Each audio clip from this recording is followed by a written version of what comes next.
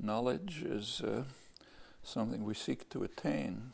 We hope to gain understanding of the things around us, ourselves, the way the world works, societies.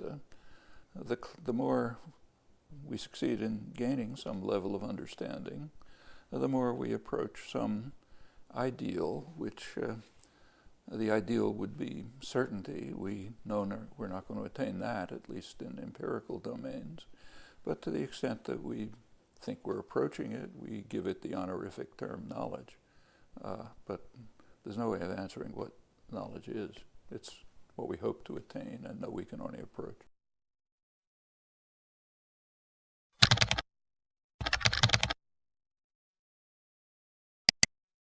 Well,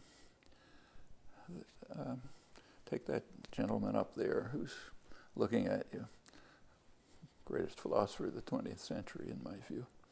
He pointed out that what we're most confident of is our own experience. Not so, for example, my seeing a person out there. Of course, that's fallible, because there are all kinds of factors that might enter into distorting our experience, but that's our highest level of confidence.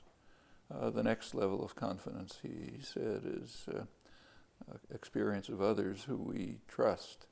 And the lowest level is the most important, namely the constructions that our minds develop to try to account for the experiences that are available to us.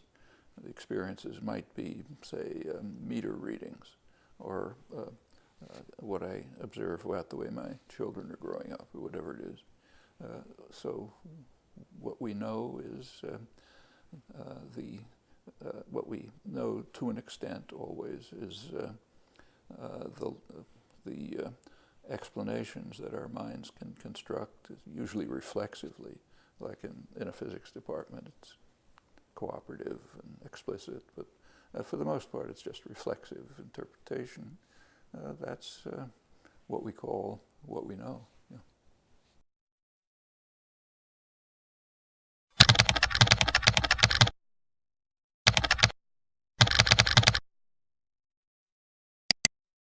Well, there's a classic answer to that: know thyself.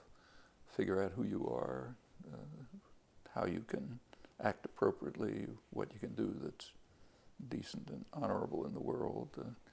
That's always a goal. Then know other people, know society, figure out how human beings function. That leads all the way to my own professional work, which is in a particular area of, core area of human mental capacities, namely what you and I are now doing, using language. That's pretty much what makes us human, if anything does. And there's, the last 60, 70 years, a lot's been learned about it, but there are incredible mysteries that are still entirely open. So the more we can dig away at those, the better I'll feel we're approaching real understanding. Well, one of the greatest mysteries is discussed particularly by Descartes, in fact it's the core of Cartesian philosophy, is how you and I can do what we're now doing. Humans have a kind of a creative capacity.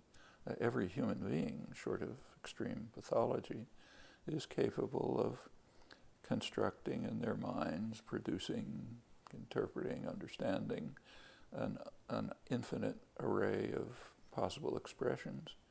The production is apparently can be independent of external stimuli. Like I could right now start talking to you about why the Boston Red Sox don't win games or something like that.